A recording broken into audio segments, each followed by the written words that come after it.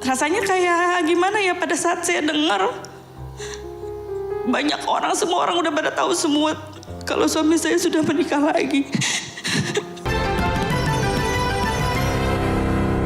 Kita diuji untuk sesuatu hal yang tak pernah saya bayangin sebelumnya gitu.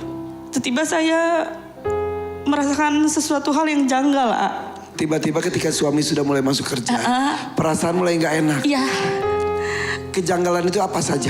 Misalnya? Kadang-kadang harusnya pulang nggak pulang gitu kan, maksudnya telat pulang gitu ya. Biasanya nggak pernah gitu. Iya, nggak pernah kayak begitu gitu, selalu memberi kabar. Terus ternyata komunikasi saya juga udah mulai dibatasi sama beliau waktu itu.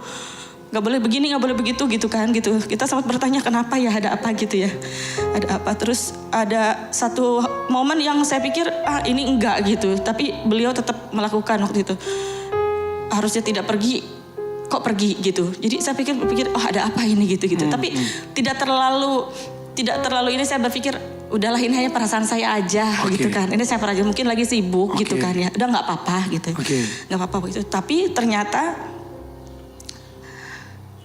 rasanya kayak gimana ya pada saat saya dengar banyak orang, semua orang udah pada tahu semua kalau suami saya sudah menikah lagi. Dengan siapa? Dengan admin kantornya. Admin kantornya yang baru masuk saat itu, pada saat baru masuk kemarin COVID itu. Jadi tadi dengan lembaran baru, rumah baru, kesehatan baru, kondisi perekonomian secara keseluruhan baru, masuk kantor ketemu karyawan baru. Jalan-jalan ke luar negeri, namanya banyak disebut orang waktu itu. Jadi pada saat dengar kayak gitu kita rasanya runtuh, Bu. Hancur saya. Tapi saya nggak tahu mau ngapain gitu.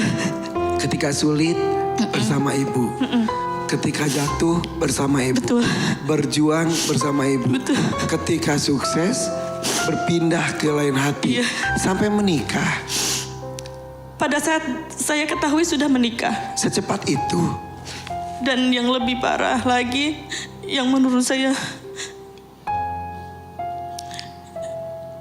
ketahui mereka sudah mengandung anak suami saya waktu itu.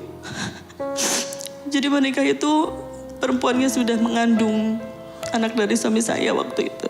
Ditanyakan ke beliau? Sudah ditanyakan. Mengaku? Berdua mengakui. Berdua maksudnya? Dengan perempuan itu. Mengakui, saya temuin mereka, Bu. Saya temuin mereka di kantor. Hah? Ya, saya sempat temuin mereka di kantor. Mereka sedang berdua waktu itu. Anak-anak banyak di kantor. Mereka mengakui kalau memang sudah terjadi seperti itu sama saya. Di kondisi sedang hamil. Betul. Dan sudah sah menikah. Betul, sudah. Gitu. Innalillahi. Rasanya siapa sih perempuan yang gak hancur, Bu, hatinya kalau suaminya seperti itu gitu. Rasanya pengen hilang. Sempat beberapa kali saya pengen mengakhiri hidup saya. Tapi Allah waktu itu baik banget sama aku. Tiba-tiba anak-anak, yang terlintas anak-anak, mereka tidak punya salah apa-apa ya. Kalau saya tinggalkan mereka bersama siapa? Saya juga tinggal di sana sendiri. Tidak ada orang tua ataupun saudara waktu itu. Oke. Rasanya saya semuanya sendiri gitu. Oke. Sekarang sudah berapa lama sendiri lagi? Akhirnya setelah saya berusaha bertahan ya, yang pasti pada waktu itu kan tidak ada pilihan untuk tidak menerima waktu itu kan. Walaupun berat, akhirnya saya harus terima. Saya tidak diberikan pilihan waktu itu. Walaupun dengan berat hati saya menerima itu. Suami masih pulang? Masih pulang awalnya. Tapi harus berbagi waktu dengan...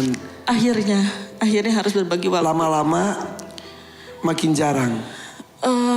Mereka membagi waktu dalam seminggu. Berapa hari di sana, berapa hari di tempat saya. Oke. Iya. Ya... Dibilang saya terima ya mungkin ya harus mau gak mau diterima. Tapi dibilang enggak juga ya memang saya tidak bisa menerima waktu itu memang. Akhirnya keputusan untuk berpisah diambil Momennya apa? sempat tidak serumah dulu setahun. Setahun itu pun itu yang klub setahun tidak berkomunikasi. Sebelumnya sudah tidak berkomunikasi dan memang sudah jarang pulang. Dan akhirnya ya memang Allah membenci perceraian ya. Tapi kan kita sudah berusaha ya Bu, yang terbaik buat saya, buat anak-anak. Setahun kemarin akhirnya saya memutuskan untuk mundur dari arena. Ya. Baru Setahun kemarin akhirnya saya yang setelah berusaha bertahan, menerima, memaafkan. Itu sedang dipelajari. Sudah lega? Iya. Insya Allah. Untuk semua yang pernah menyakiti kita, sikapnya tadi tuh 3M. Berapa? 3M. Bahkan Apa aja? M yang pertama Udah lupa. menerima. Yang kedua memaafkan. Yang ketiga mendoakan. Oh berarti yang lupa cuma saya ya. Jadi 3M ini sebenarnya sikap dasar. M yang pertama menerima. Alhamdulillah Teteh sudah belajar menerima. Yang kedua memaafkan. Bedakan antara memaafkan dengan melupakan. Beda. Memaafkan letaknya di hati, melupakan letaknya di pikiran kita. Memaafkan itu bukan karena kita kalah, bukan. Memaafkan itu bukan karena kita lemah, bukan. Teteh bisa memaafkan karena Teteh tahu ini perintah dari Allah Subhanahu wa Ta'ala. Maka untukmu yang pernah disakiti kemudian memaafkan orang, jangan ngerasa rugi. Jangan merasa bahwa enak